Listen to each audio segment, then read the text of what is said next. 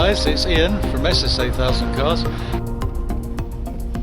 Okay, that is a version of the Range Rover Evoque that didn't really take on the cabriolet.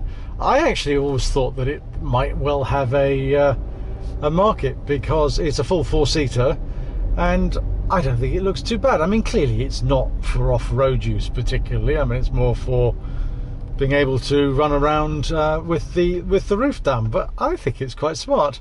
Be interested in what you think on the in the comments.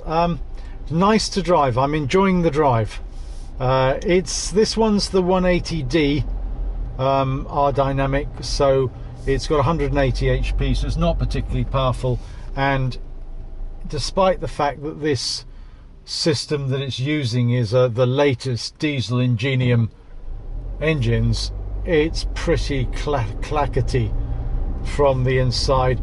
It's genuinely not as sophisticated as the X3 that we have, which of course, as you probably will remember, is a 6-cylinder engine, and this is a 4, and you can tell.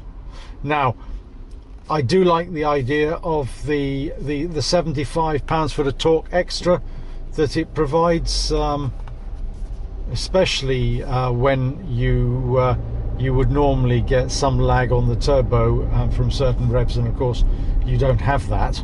There's no noticeable lag at all, but also they are quoting an extra 14% additional fuel savings over the previous generation, which is actually quite a lot. So obviously it charges when the power from the electric motor has been depleted, but I think it's quite a good idea. I think possibly the new 1.5 3-cylinder engine combined with the electric motor that will become available in the Evoque either later this year or early next year may well be the way to go.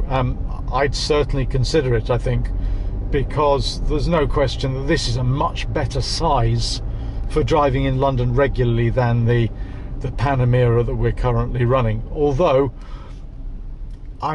it's not quite. I do feel the Panamera is the next class up from this car in terms of the quality of the finishing touches and the way that it's put together, the comfort of the seats. However, you get a slightly elevated driving position in the Evoque, of course, which, you know, is in my opinion is extremely useful. Now we're coming down Fulham Road. For those of you who don't recognise where we are. Other than that, very nice. I mean, obviously has the start-stop technology, I think, which is standard in all cars these days. So it's very quiet when you're sitting in traffic because the engine's not on. I must admit, I slightly prefer the system in the hybrid. So when it's quiet, it's because of course you're running on the electric motors, so you don't have the engine constantly starting up and stopping, which on a Corsa motor, which I think I'd probably describe this motor as sort of coarse, you're aware of it the whole time. Nice place to be though, I have to say, at its price point. You've got to remember that the Panamera, of course, is at least twice as expensive, if not a bit more. Although I suspect it's quite easy to spec this up to 50, 55. So say twice as expensive as this, but that's a fair amount extra. I think it depends on what else you're going to use your car for. So we'll see what it's like on the motorway, and I'll come back to you at that time.